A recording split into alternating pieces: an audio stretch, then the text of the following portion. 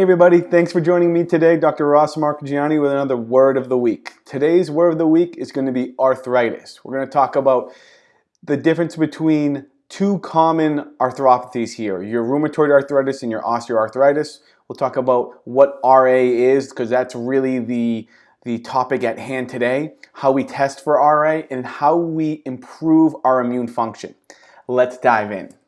So what is the difference between RA and OA? So osteoarthritis is a degenerative disease that is more common in the elderly or as you age. And it's a little bit more of a slow, progressive joint degeneration, right? Your rheumatoid arthritis, the big thing here is that it's an autoimmune condition, meaning that this is a dysregulation of the immune system, the part of your body that helps protect you from pathogens or other invaders. But the body's going haywire and starting to attack yourself, specifically the joints, the synovium, which is like the fluid or the wrapping around the joints, and causing for joint pain, joint inflammation. This is typically a little bit earlier in life, and it is more progressive, and it can accompany severe fatigue, severe malaise, and is just a little bit more worrisome and something that is more prevalent than the other arthropathies. Now, some other arthritic conditions, not just specific to OA and RA, but in kind of the subcategory of RA, is SLE, which is lupus, ankylosing spondylitis, polymyositis, dermatomyositis, scleroderma. These specifically, and the others can be argued, such as gout, fibromyalgia, psoriatic arthritis, but mainly the ones that are in the subcategory of RA all have the root cause that we have immune dysregulation and immune dysfunction going on. So that's the key to look at here. Now, real quick, just to provide a little bit of a visual aspect, the difference between rheumatoid and RA and OA. I won't go into the differences between like the Huberdin's nodes versus the Bouchard's nodes. The big thing here is osteoarthritis is older. In older individuals, it is slower in progression, usually attacks the spine, and is typically non-symmetrical, right? And will be in like the ends of the fingers in the thumb. Your rheumatoid arthritis is typically symmetrical. It usually attacks the wrist and is the entire finger. So those are kind of things to be aware of there. Now, what can we do for testing with rheumatoid arthritis? So the big thing, the more common test here is HSCRP, your SED rate. These are two markers that look at inflammation and can measure inflammation. Glycase is a little bit more of an advanced or nuanced marker that also looks at inflammation. Your ferritin is a common marker that looks at inflammation, even though it's known as your stored iron. But when you look at ferritin and you're talking about ferritin, it's common to hear something called the Fenton reaction, which is just basically oxidation. Oxidation means inflammation. So another way to look at inflammation indirectly. We also would look at your CD57 cells. Now, this is the part of the immune system that does attacking and killing with your natural killer cells or your T cells. So we want to see if the immune system is overreactive or is the immune system just shutting down. But typically we see it overreactive, right? We want to make sure we look at vitamin D levels. We're going to talk about the importance of that in just a moment because it's so important with the immune system, right? We also want to look at your omega levels because they're really helpful with anti-inflammatory support.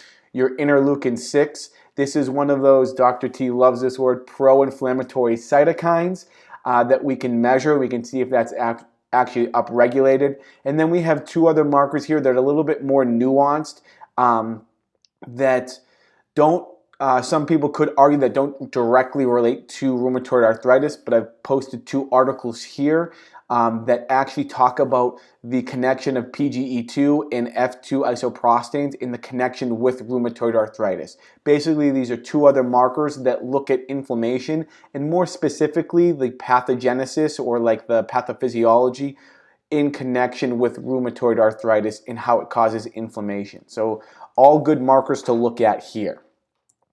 Next, we want to talk about how we can help the immune system. So first, the big thing is nutrition. What I would recommend is getting back to a baseline diet here using an autoimmune paleo template. Now, this isn't for everyone and it's not forever. Some might have to be on this a much longer than compared to others, but then we want to make sure we specifically and very systematically add foods back in that are specific and beneficial for that patient. Not everyone is going to react to foods exactly the same. We want to make sure we have program-specific exercise.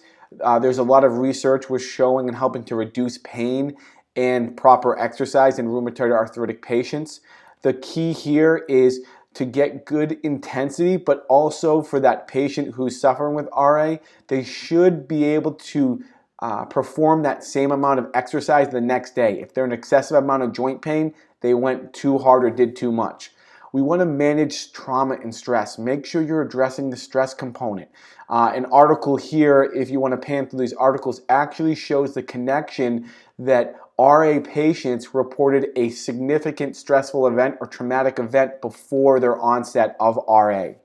We want to talk about using good omega-3s, EPA, DHA, DPA. These are all really important to help down regulating inflammation.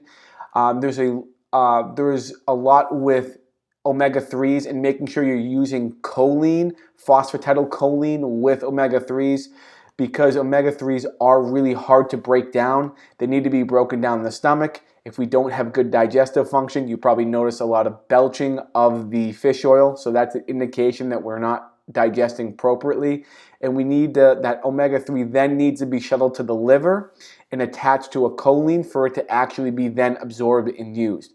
So we want to make sure we have good digestive function and that's being assessed as well, and making sure we're having good choline intake if we're taking omega-3s as well to help the actual use of that omega-3. GLA, which is gamma-linolenic acid, is shown to help down-regulate some of these prostaglandins, which are another inflammatory marker. One research article showed that they had a significant reduction in pain in RA patients if taking about 2.6 grams per day for 6 months. Another marker is astaxanthin, another supplement here that helps to down-regulate that inflammatory response. And then using vitamin D. We want to make sure, I typically like for my personal self to have my vitamin D around 80 nanograms per milliliter. So that might be dosing on specific patients anywhere between 1,000 up to maybe even 50,000 IUs. But again, you want to make sure you have that blood work done before you start dosing that. There's a lot of other things I could talk all day about, some things that we could use to help regulate the immune system, astragalus, using glucoraphanin, using glutathione. These are all really important tools to help with the immune system. But the key here, good diet, AIP diet to start for at least 6 weeks, good exercise, managing stress, and getting some of these basic supplements in, but making sure your gut is working healthily and that you're getting some testing done so you're kind of not shooting in the dark here. Thank you for your time. I appreciate you watching, and if you know anyone that could benefit from this, please share this video. Thanks and have a great day.